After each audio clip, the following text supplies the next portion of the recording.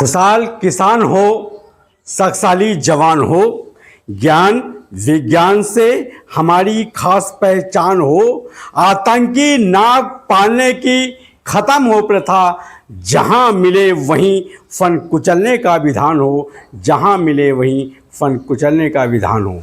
नमस्कार दोस्तों, मैं सुरेश श्रीवास्तव सौरभ आज की यात्रा में आपका स्वागत करता हूं। आज हम चलते हैं चूहा धाम।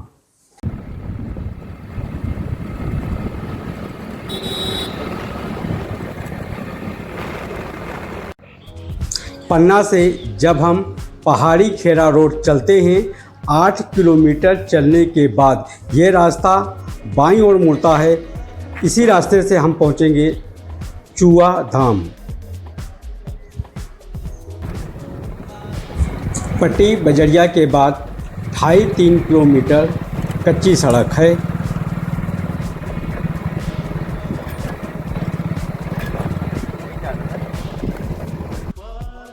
हम आ चुके हैं चूहा धाम। यहीं तक ही गाड़ी से आने का साधन था। हमने अपनी गाड़ी यहीं खड़ी कर दी है और अब यहाँ से हम नीचे चलते हैं आज की यात्रा के दौरान चूहा धाम के लिए। तो चलते हैं यहाँ से, पैदल ही चलना पड़ेगा यहाँ से नीचे। थोड़ी ही जगह, थोड़ी ही दूर में है चूहा धाम। यहाँ से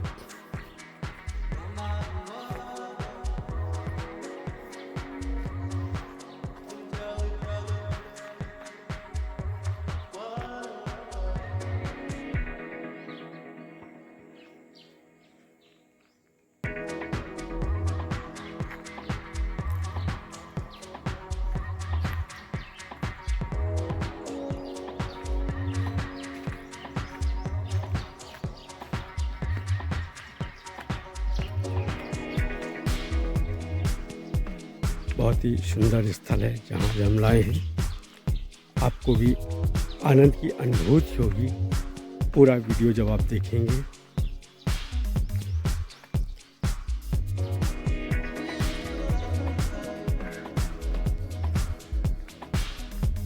प्राकृतिक सौंदर्य से भरपूर ये स्थान है जहाँ अभी हम आपको क्रम से सभी दिखाएंगे।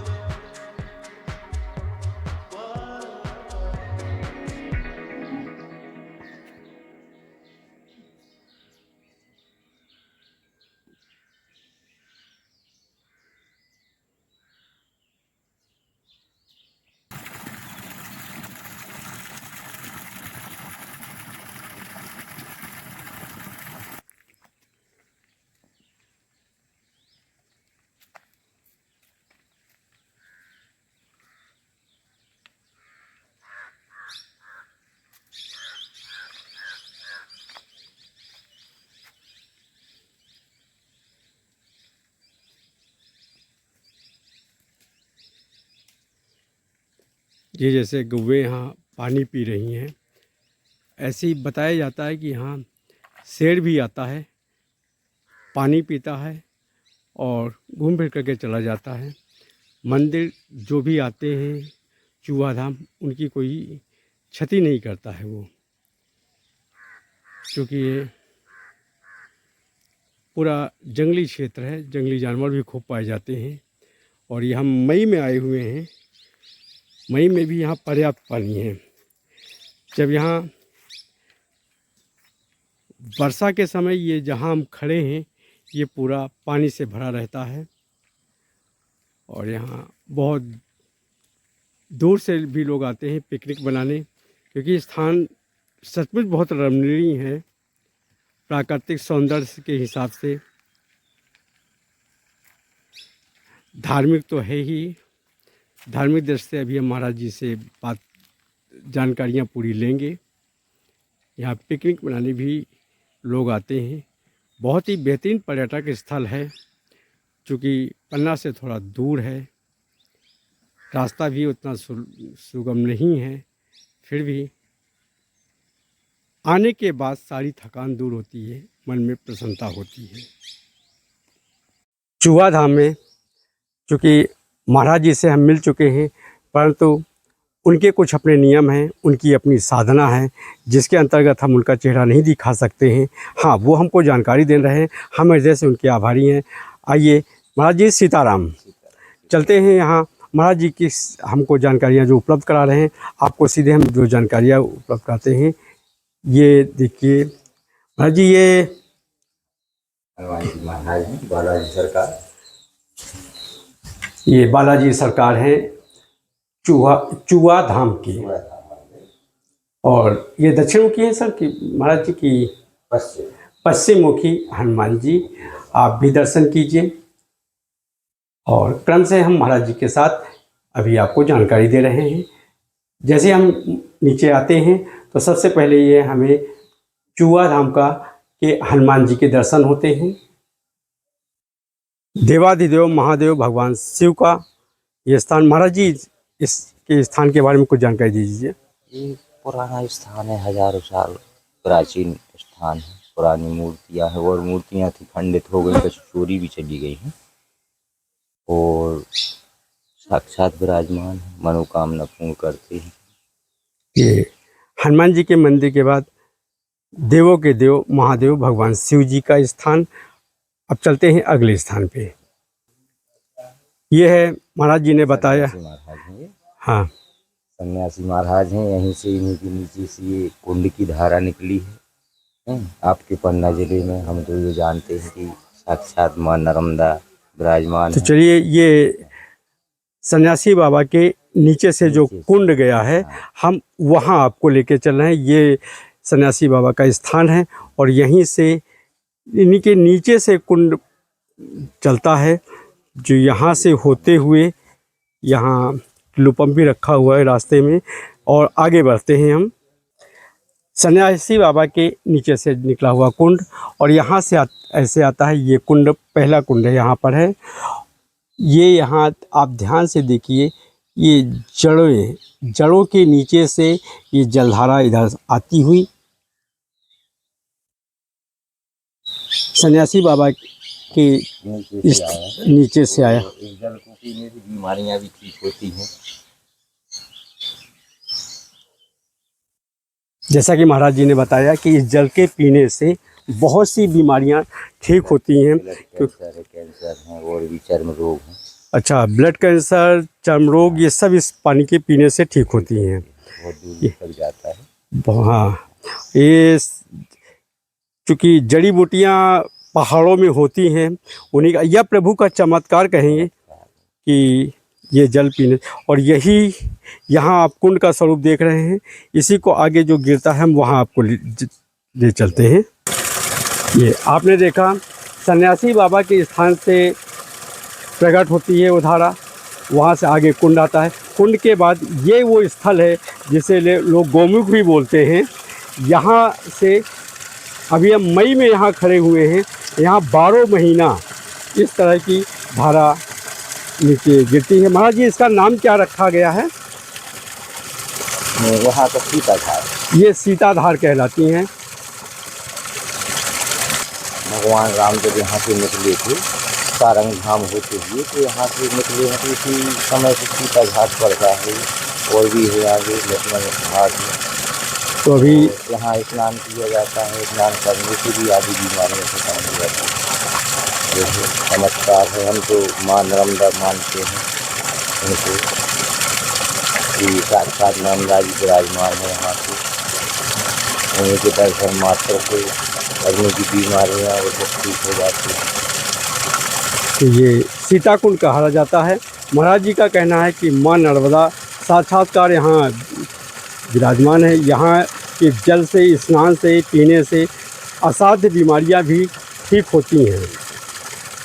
और चलते हैं अब अगले स्थान पर, आप भी दर्शन कीजिए। ये यहाँ से ये सीधे करके यही फिर धारा सीधे नदी में चली जाती है। दादा महाराज जी, ये कौन सी नदी है? रुंज नदी। रुंज नदी है ये। हाँ, ये वही रुंज नदी है जो आगे चल के यहाँ बहुत से लोग हीरा जहाँ बहुत पर्याप्त मात्रा में पाया जाता है, यहाँ जंगली क्षेत्रों से हीरा बह करके रुंज नदी तक भी जाता है। बहुत पन्ना का बहुत प्रसिद्ध नदी है। फिलहाल देखिए यहाँ का मनोरम दृश्य।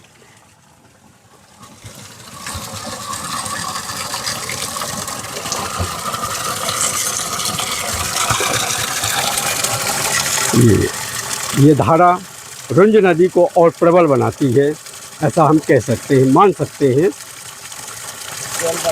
ये जैसे जैसे गर्मी बढ़ती है, महाराज जी ने बताया कि इसकी धारा और बड़ी हो जाती है, भारी हो जाती है। और महाराज जी ने बताया कि रुंज नदी में जो जल का स्तर हरदम रहता है वो इसी धारा का प्रताप है, क्योंकि इस साइड की नदी सूख जाती है। ये इधर से रुंज नदी आई है, उसका उद्गम में कभी दिखाऊंगा आपको।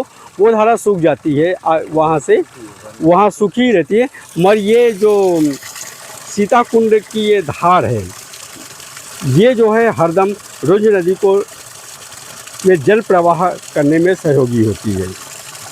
यहाँ कभी किसी के पास नहीं जाते, सब उन्हीं की कृपा है, सब यहाँ से। यहाँ ये है, आप भी दर्शन कीजिए सन्यासी बाबा की धुनी के। ये जो दीप आप देख रहे हैं, ये हरदम यहाँ जलते रहते हैं, अखंड दीप हैं। और महाराज जी का कहना है कि यहाँ जितना भी काम होता है सब इन्हीं की कृपा से होता है। वो कहीं भंडारे होते हैं या जो भी निर्माण कार्य होता है वो वही करते, वो कभी किसी के पास चंदा लेने नहीं जाते। स्वतः सन्यासी बाबा सारी व्यवस्था करते हैं, ये स्थान चलाते हैं, इस स्थान की रक्षा करते हैं। यहाँ जो भी भक्त आते हैं उनका कल्याण करते हैं। ऐसा महाराज जी से जानकारी प्राप्त भई कि यहाँ सोमवार और बुधवार को, इतवार और बुधवार को, क्षमा करना, इतवार और बुधवार को यहाँ जो लोग रोग से ग्रसित होते हैं, असाध्य रोगों से, वो यहाँ आकर के यहाँ के प्रभु की कृपा से वो भी ठीक होते हैं जल पीने से। और प्रभु इन्हीं सन्यासी बाबा की कृपा से ही महाराज जी जो भी जड़ी बूटी के रूप में उपलब्ध करा देते हैं प्रसाद में, उसी से असाध्य रोग भी ठीक होते हैं। ये यहाँ महाराज जी का कहना है कि सन्यासी बाबा की कृपा से ही यहाँ पर कई रोग ऐसे हैं, असाध्य रोग भी यहाँ ठीक होते हैं। आप भी दर्शन कीजिए, ज्योति को नमन कीजिए। मैं अपने भक्त जितने भी हमारे दर्शक ये देख रहे हैं, मैं सन्यासी बाबा से विनती करता हूँ कि उनकी सारी समस्याएं, उनके दुख कष्ट वो दूर करें। मैं यहाँ से सन्यासी बाबा से विनती करता हूँ कि आप घर बैठे दर्शन कीजिए और आपकी बीमारियाँ ठीक हों, आप स्वस्थ रहें, आपको प्रभु की कृपा बनी रहे। ये आश्रम में है तुलसी, ये गौ माता का नाम महाराज जी ने तुलसी रखा है। और आप भी गौ माता के दर्शन कीजिए। तुलसी, जब मैं आया मैंने, लोग बता रहे थे कि बहुत मारती है, मैंने जैसे हाथ फेरना शुरू किया तो बड़े नरम सौम्य तरीके से ये तुलसी, यहाँ की तुलसी।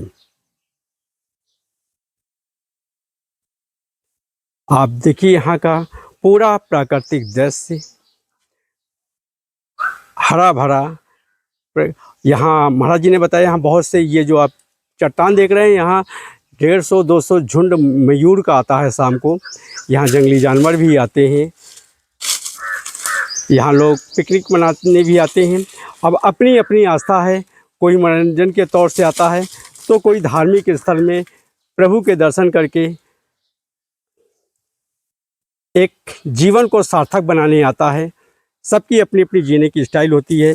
स्थान वही है चूहा धाम, जिसको लोग मनोरंजन के तौर से भी घूमने आते हैं और धार्मिक तौर से भी आते हैं। जिसकी जैसी भावना होती है उसी हिसाब से यहाँ यहीं से आगे 1.5 किलोमीटर वो है सेहा। इसी से 1.5 किलोमीटर एक सेहा स्थान है, झरना है। इसी कुंड से है वो भी। ये इसी सीता कुंड से, जो नर्मदा के रूप में जिनको महाराज जी मानते हैं, आगे बहुत बड़ा सेहा भी है, जो कभी हम बरसात में जब कभी इधर आएंगे तो वो दृश्य भी दिखाएंगे। आप भी घर बैठे आनंद लीजिए। ये हमें प्रभु ने जो प्राकृतिक सौंदर्य दिया है उसका सुख लीजिए।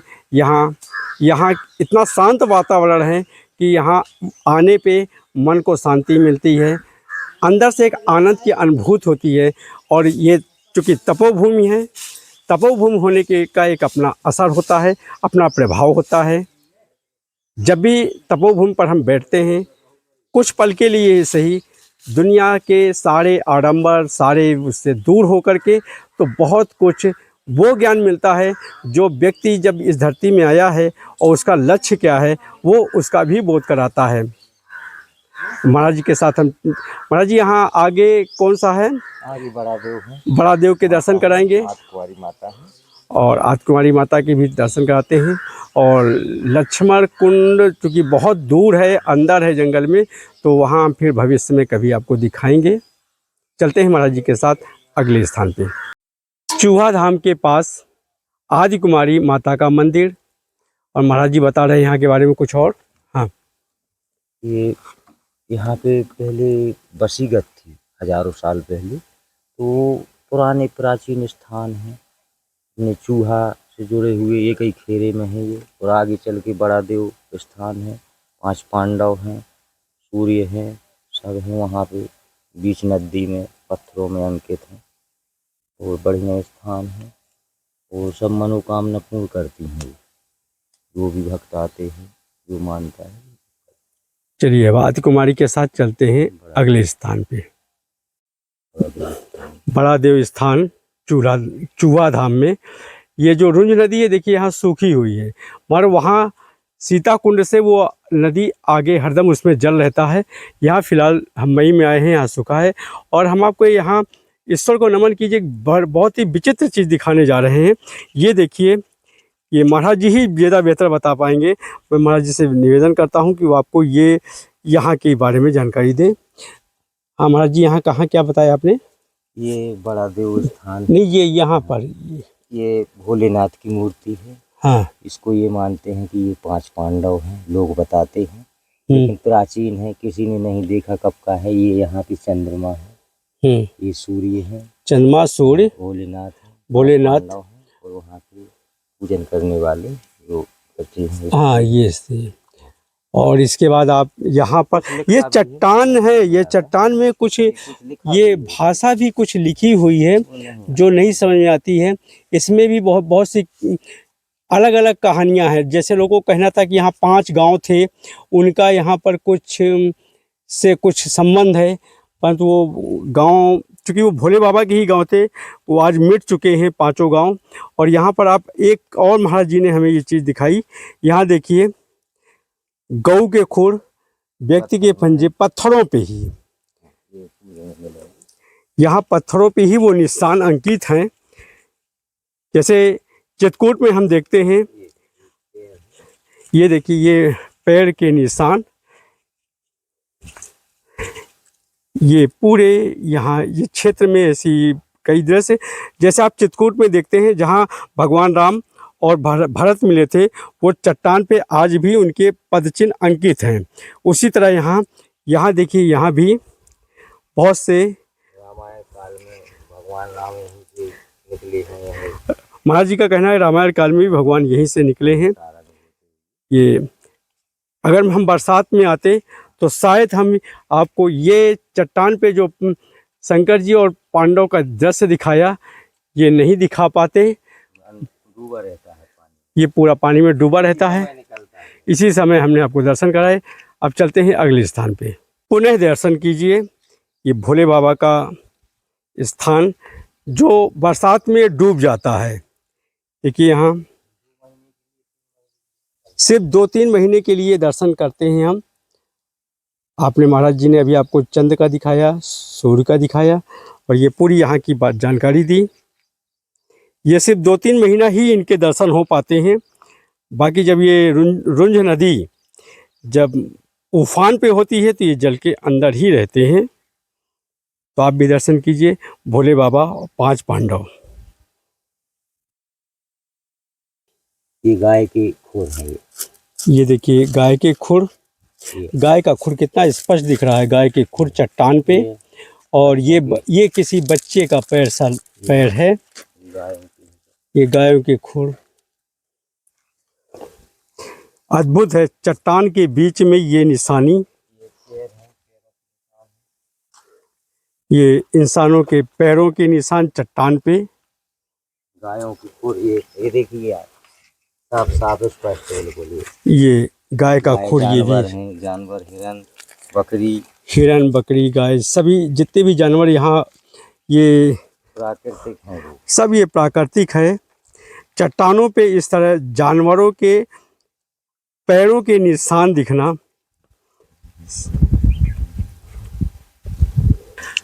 ये पंचकोसी परिक्रमा बनेगा। भविष्य में जब कभी आप आएंगे तो चूहा धाम के आसपास ही ये जो कई स्थान हमने दिखाए हैं, ये सब आपका पंचकोसी परिक्रमा के अंतर्गत आएगा। महाराज जी इसकी पूरी योजना बना रहे हैं और कार्य भी चालू हो गया है। भविष्य में जब आएंगे तो यहाँ 5 कोसी परिक्रमा का भी आपको अद्भुत आनंद प्राप्त होगा। हम आ चुके हैं ये बड़ादेव। यहाँ आसपास जो 5 गांव थे और यहाँ पर भोले बाबा सबके काम करते हैं और बड़ा देव महाराज काम करते हैं। ये बड़े देव का स्थान है। ये महाराज जी ये किनका स्थान है? ये बड़ा देव महाराज का है। ये बड़ा देव महाराज का स्थान है। ग्वाल बाबा है, ठाकुर बाबा है। ग्वाल बाबा कहाँ है? ये ग्वाल बाबा का स्थान है। और जो भी यहाँ जब किसी के कुछ शुभ काम होता है तो यहाँ लोग आते हैं। ये महाराज जी किसका स्थान है? ये ठाकुर बाबा का ये स्थान है। जब भी यहाँ कोई शुभ काम होता है तो यहाँ पर लोग आकर के अपनी चढ़ौती चढ़ाते हैं, प्रसाद चढ़ाते हैं। लोगों की मनोकामनाएं यहाँ पूर्ण होती हैं। ये 5 गांव के प्रमुख थे भोले बाबा और बड़े, ये पूरा इन्हीं की कृपा से ये 5 गांव थे यहाँ। ये आदि कुमारी का मंदिर है। मूर्ति चूँकि खंडित हो गई है तो महाराज जी वहाँ वो दूसरा मंदिर जो हमने वहाँ उस समय आपको बता रहे थे, वहाँ नया मंदिर बन रहा है। स्थान वही है जो चूहा धाम का 5 किलोमीटर का क्षेत्र है, उसी में ये सब आते हैं।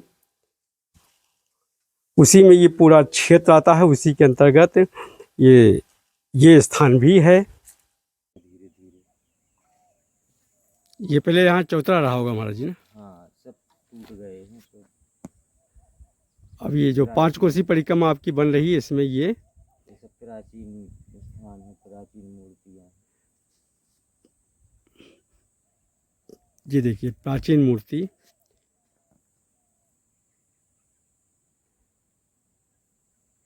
ये 5 कोसी परिक्रमा के अंतर्गत ये स्थान भी आपको भविष्य में बहुत ही सुंदर स्थल बन चुका होगा जब आएंगे। फिलहाल अभी ये स्थिति में है। यहाँ का चौतरा था जो किसी कारण से यहाँ लोगों ने गिरा दिया है। अब पुनः निर्माण होगा यहाँ। महाराज जी से चाय की प्रसादी प्राप्त हुई है। अब हम चाय पीते हैं यहाँ की।